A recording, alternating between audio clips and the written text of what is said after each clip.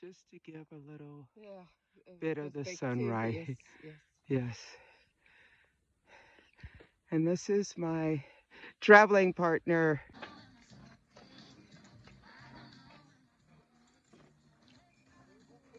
I'm at Fonsa Bidon. Another mile and 1.2 miles, 1.3 miles to Cruz de Ferro. Maybe I'll be able to see the sunrise there. Hi guys. So I was trying to make it to Cruz de Ferro to see the sunrise. I think I'm a little behind, but I thought I'd go on ahead and get this shot of the sunrise. I'm still on my way to Cruz de Ferro, probably just a few minutes late, and I will sit there for a minute anyway. Buen camino, everyone. So I'm at my albergue. I got here about 12 o'clock, maybe even a little before. Actually, I know it was a little before because they open at 12 and I couldn't check in because they were not open. The bar wasn't even open. So I realized early in the day, I told you guys that I didn't have earrings on, but I actually did from the day before. But these are some that I put on, and I believe I got these at the store that was in town at Rabanel, and they are very, very nice, reasonably priced and everything. I think they were like €5. So today was Cruz de Ferro. I left early because I wanted to see about the sunrise at Cruz de Ferro, which is supposed to be the highest point on the Camino. Not the highest point in the mountains, but the highest point on the Camino. So I left at about 6:15 with another woman. We got up there, we went to, there's a city in between. What is the name of it? Fonsa Bidon. And so we went to Fonsa Bidon, we got coffee, and I was like, let's hurry up, because it was 10 minutes to 8 and sunrise was at 8:15. And we had another mile to go, which was about 20 minutes. So we hurried up, did our coffee, had a quick little bite to eat because we couldn't get anything to eat at our albergue or any other bars because they didn't open when we were leaving.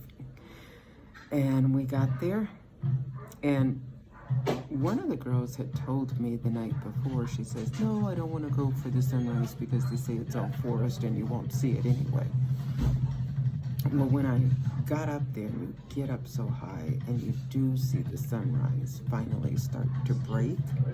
And I do have a shot of that later on where the sun has just broken the horizon and it is beautiful. It's actually, she was correct, it's on the way to Cruz de Ferro, because when you get to Cruz de Ferro, it's all trees and you really can't see the sunrise. However, what you can see is the sun hitting the iron cross that's there. And of course, when everybody gets there, most people take off their bags and they really spend some time contemplating, and then they leave their rock. And most people want either a video or an actual picture of them leaving their rock. And I elected to do both. I went up in a video and just went up and touched the cross. And then I came down, and later on, I had the Swedish woman that had traveled with me. She took pictures of when I was there. So there's a little bit of both, and I'm sorry about the lighting. A truck passed by behind me. But anyway, I don't know that I could say it was overly emotional for me. I didn't feel that. But I did do a lot of reflecting as I was going to it, and I've been reflecting most of the time on the trip, even. What is the burden that I want to say, that I want to leave behind? And even when it comes to, unburdening yourself, and even I guess the other part is, what does the Camino mean to you? And there's so many experiences. I started off saying there's the big three, there's the mental, where you have to adjust and plan your albergues and plan how far you're gonna go. And then there's, the physical, which is easy to define because you're climbing up mountains and you're doing so many miles and everything else. That one's relatively easy. It's taxing your body. And then the last, though, is the social, which I really love, the social and interacting with people and getting to know people. And you randomly meet in an albergue. They book a room, you book a room, you don't know each other. They buy dinner, the communal dinner, so do you, and all of a sudden you're sitting at a table with these complete strangers that are randomly selected for you by chance. And you sit down and you talk about the things you have in common. Why, the Camino is one of them, but then you talk about other things, family and why, and some of the other things. And it's just that human connection, which is really, really great and I love. Then you also have your anxieties or your issues, which I was discussing with two of the ladies just last night. I had dinner with two of them, and it was interesting because when I talked about sometimes you encounter people that maybe have a sense of entitlement, but you have to recognize that you also have a sense of entitlement. And then it's like, well, it's a sense of entitlement perhaps because you're highly stressed and you're in this intense need that's not being met.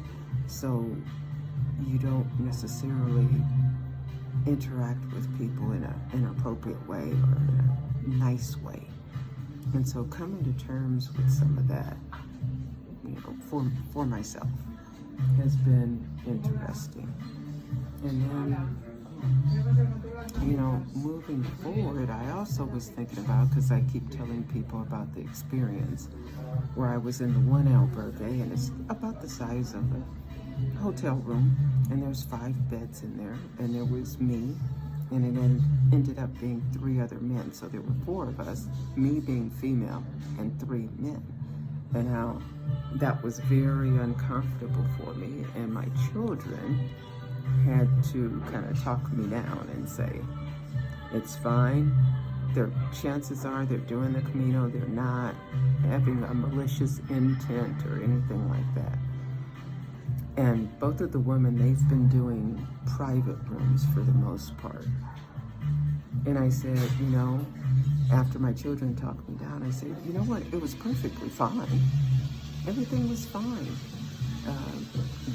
I could tell that the men wanted their privacy just as much as I wanted my privacy. And I started thinking about that and my experiences in the albergue where you are in a dorm room. And there's something about it where you try to be respectful of other people. And I think other people are constantly trying to be respectful of you so that we don't invade each other's space, even though we're in close proximity. So, okay, sorry, my hospitalero had to tell me that my clothes were all washed and they were out on the line, if I understood him correctly.